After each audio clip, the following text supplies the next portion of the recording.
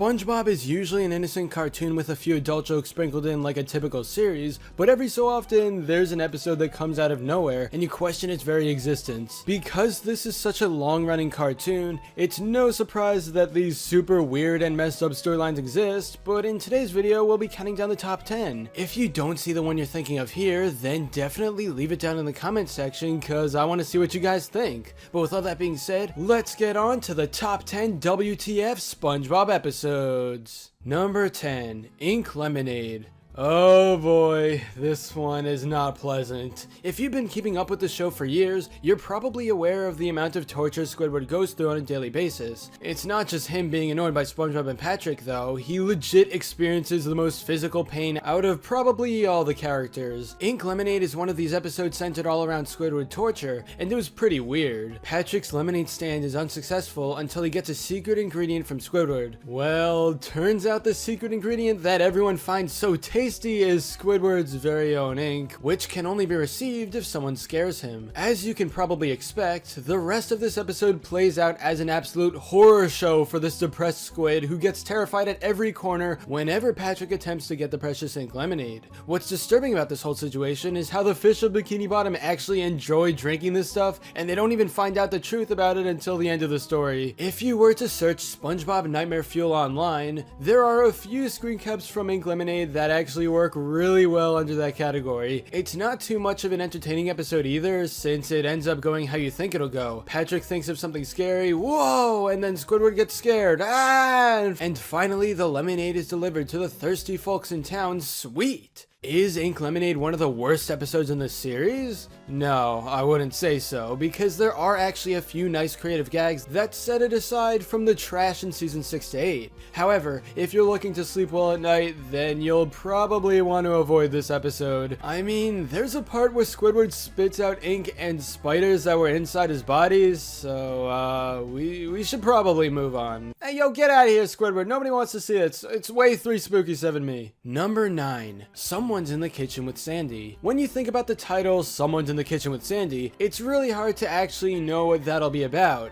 Does it mean everyone's favorite underwater squirrel has gotten a cooking show for some strange reason? Or did she install a kitchen in her dome, resulting in some wacky shenanigans with other characters? Nope. The actual plot is much weirder than those two hypothetical scenarios I mentioned, and things get really crazy really fast. The storyline is that Plankton poses as Sandy to steal the Krabby Patty's secret formula, which may not sound too bad in retrospect, but looking at the scenes in action makes you think, oh my god, why is this happening? I thought this was supposed to be a happy show. I want to see my happy Sponge and be excited at his adventures, not this. Ugh, anything but this. Okay, well, it's not the most disturbing the show has gotten, hence why it's only number 9 on the list, but still, the entire concept is odd. This is the type of episode where Plankton has gotten to the point of being unsuccessful so many times that he's just taking the body of another character and posing as her. It's kinda unsettling to see this because it's like SpongeBob Walking Dead or something. Is she a zombie? Is she not? No, she's Plankton! But for real, if you've never seen Someone's in the Kitchen with Sandy, you probably don't want to go through that horrible experience anytime soon. Not only is it creepy, but it's just so boring. Plus, it came right out of season 7, one of the worst seasons in SpongeBob. Number 8, There's a Sponge in My Soup. With a title like that, is there honestly any way the episode can't be strange? SpongeBob is going to be in some sort of soup, but how is that actually turned into an 11-minute story? Instead of having you guess what the plotline is, I'm just gonna come out and say it. After Mr. Krabs introduces soup as a brand new item at the Krusty Krab, some hippies stop by and are a little too interested in the soup, so they jump in and decide to live in it. I kid you not, this is a SpongeBob episode that exists, and nothing about it really makes any sense. When people talk about classic episodes in the far future, the conversation will probably go like this. Hey, remember when SpongeBob and Squidward went on a pizza delivery? Yeah, that was awesome. And do you remember Bikini Bottom coming together to form a band? Yeah, man, everyone knows about Band Geeks. Oh my god, what about the time where the hippies lived in the soup? seriously, this is a story that doesn't just seem weird in SpongeBob, it would make no sense in any context. Most of There's a Sponge in My Soup just revolves around attempting to get these hippies out of the soup, which results in some nice comedy, but for the most part, it's just too unnatural to enjoy. Eventually, SpongeBob puts on some scuba gear and heads right into the soup himself, going through a transformation to become a hippie. There are episodes with crazy concepts that do end up working well, but this is not one of them. Even if you watch it without judging its premise, there just aren't too many good jokes to make it worth sitting through. Number 7. Pat the Horse. Just when you thought the series has done every possible unique storyline it could, the episode Pat the Horse swoops in and proves you wrong. Basically, Patrick wants to become a horse. I'll give the crew props with this one though. It may be super weird and you think, what? How does that make any sense? But it's definitely a unique plot, since I don't remember Patrick wanting to be a horse before. He spends the whole episode walking around just like a horse, not actually speaking English, and then providing rides for his good old pal SpongeBob. Despite being a super weird concept, Pat the Horse was legitimately an entertaining episode. If you open your mind a bit instead of just yelling, what? And then you watch the whole story, you'll see that there's more than just Patrick being a horse. I mean, yeah, that's the main part, but there's just so much that goes on in the short span of 11 minutes. For example, there's a horse race with SpongeBob riding on Patrick and Mr. Krabs riding on Squidward, and it's amazing. But you may be wondering, how did all the events lead up to that very moment? That's for you to find out. Why are you asking me? Nah, but seriously, SpongeBob is such a weird premise in the first place, a talking sponge, starfish, and everything else that appears in the series, so when you see that Patrick wants to become a horse, maybe it's not as weird. Who am I kidding? It's insane, but it's okay to have an episode every once in a while that just steps into strange territories it hasn't before. If there weren't these types of storylines, then the show would probably get stale. After all these years, it's understandable that the SpongeBob crew wants to try out new zany ideas, and this was certainly one of them.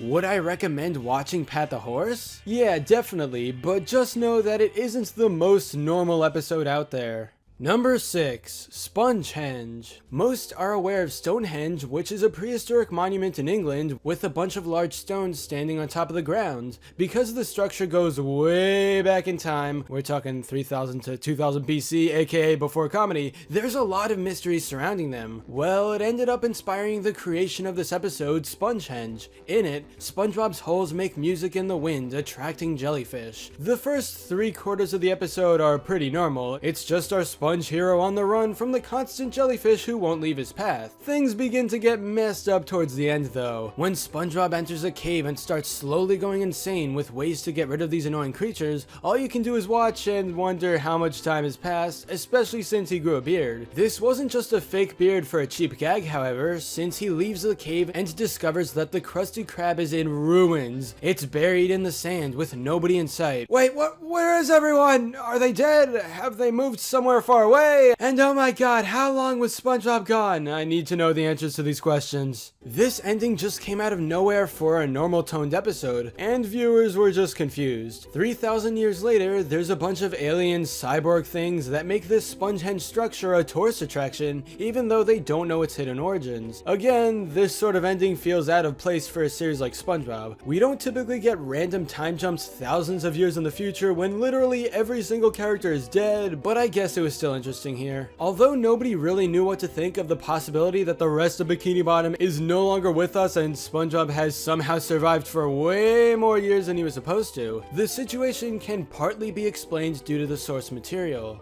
This ending is based off of Planet of the Apes 1968's ending, when George Taylor wakes up in the distant future and finds himself in front of a broken Statue of Liberty placed in the sand where it'll never return to former glory. If we connect this to SpongeBob's weird situation, then we can assume that yes, he was in a future Bikini Bottom, but you know, none of it really matters because the next episode everything just resets like normal. Take a moment to imagine if there are a ton of different universes in SpongeBob lore, and one of the versions is this guy who has to be completely alone in life thanks to spending too much time in the cave. I'm probably thinking too much into this. Let's move on. Number 5. Face freeze. You guys remember when you were kids and you always made those weird faces that annoyed everyone, including your parents? And then they told you that if you kept it up, your face would completely freeze and you'd never be able to change emotions? It's a lie! Well, how about we take that concept and apply it to a SpongeBob episode for all viewers to enjoy? Wait, what? You don't want that? Oh well, here it is anyway! SpongeBob and Patrick get face freeze after making too many faces, providing some pretty nice nightmare fuel if you went the rest of today without experiencing anything too spooky.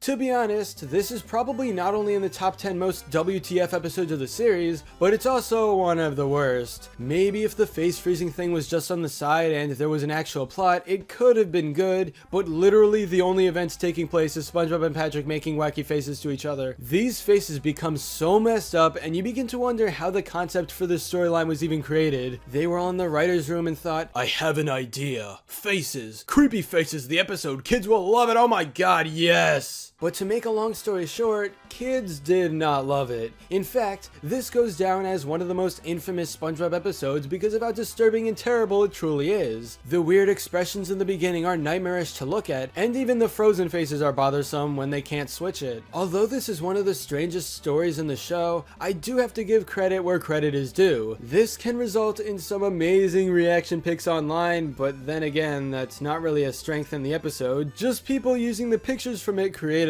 When the storyboarders worked on face freeze, they were probably just told, draw the most frightening faces you can think of, and well, the rest is history. Number 4. Squidbob Tentacle Pants. Steven Universe is a nice cartoon with interesting relationships between characters. Sometimes they dance and fuse together to become one being. It's relaxing and creates a personality with the best of both worlds. Have you ever wondered what fusion would look like in SpongeBob? Well, neither have I, but it happened because why not? The episode Squidbob Tentacle Pants is when Sandy introduces a new invention that can transport objects, but things don't go as planned, which eventually results in a fusion between SpongeBob and Squidward. Okay, this really disturbed me as a kid and I always wondered why it existed at all, but I guess it can't be too bad of an episode concept if it's handled well. We see what life is like when these two guys have to share the same body as they work hard to act like nothing is wrong. While most of the Squidbob Tentacle Pants screen time is just them attempting to live their daily lives, the ending scene in particular is one of the most nightmare-fueled images in the entirety of the series. Squidward messes up Sandy's machine so badly that he fuses with all the other main characters and turns into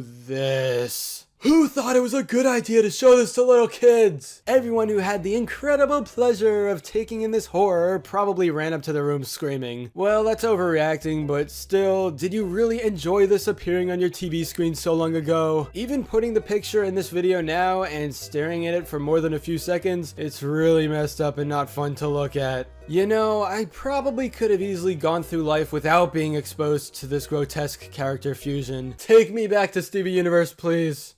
Look on the bright side, Squidward. At least we still have each other. That's how we got in this predicament in the first place, you imbecile! Now, if you'll excuse me, I'd like a moment of peace. Whoa!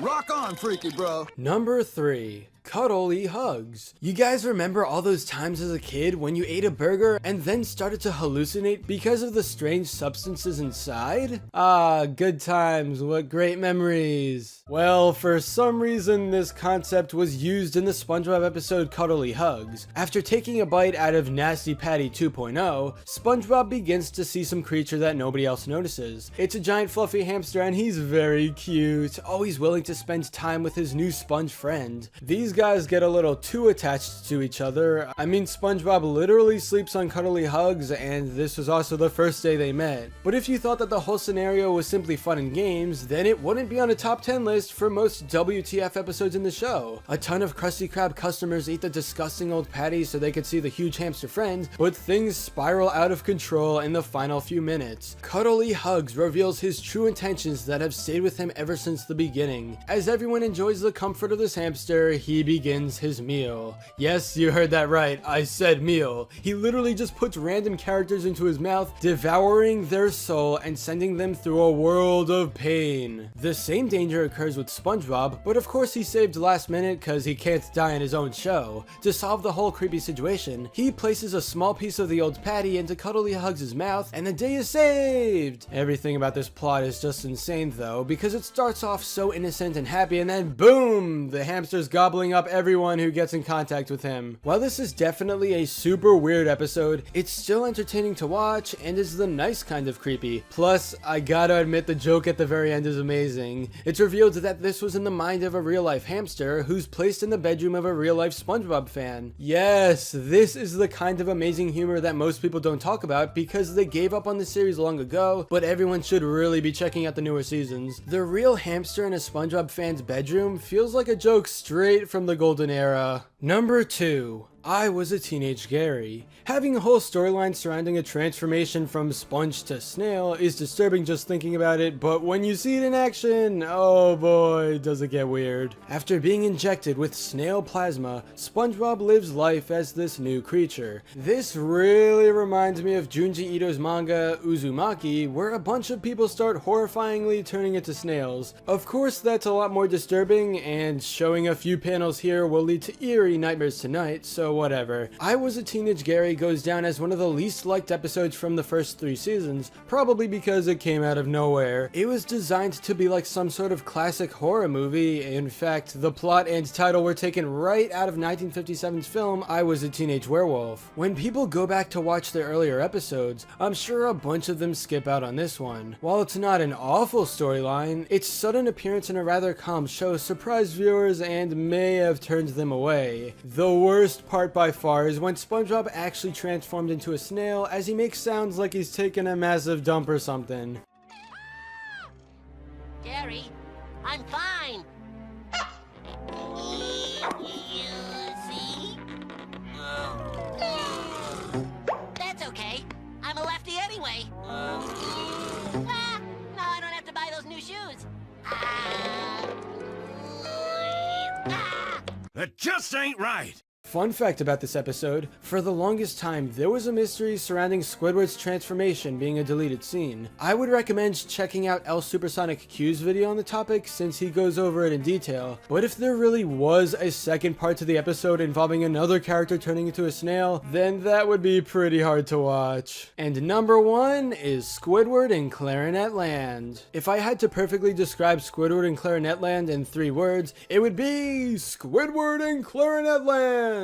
Nah, I'm just kidding, that wouldn't count. It would actually be Squidward's Acid Trip, because that's really what this episode is. 11 minutes of straight insanity are experienced here, and it goes down as one of the weirdest plots in the entire series. While sharing a locker with SpongeBob, Squidward finds a sacred world for clarinets only. At one point, he's navigating the strange area, then comes across an eagle's head stuck in the ground, mysteriously torn off from the rest of its body. Squidward also heads into a funhouse where nothing is how it seems as he begins to go crazy from everything going on. Although this is from one of the worst seasons in SpongeBob, I honestly have nothing but praise for Squidward in Clarinet Land. The crew working on the episode had to think outside the box to get as weird as possible, and in some situations that doesn't turn out well, but here it was really creative to see. It's the type of story where you're watching for 1 minute and there's no way to predict what'll happen a minute later. You could watch Squidward in Clarinet Land multiple times and still not understand what in the world is going on, but that's okay because the episode uses its craziness factor to its advantage.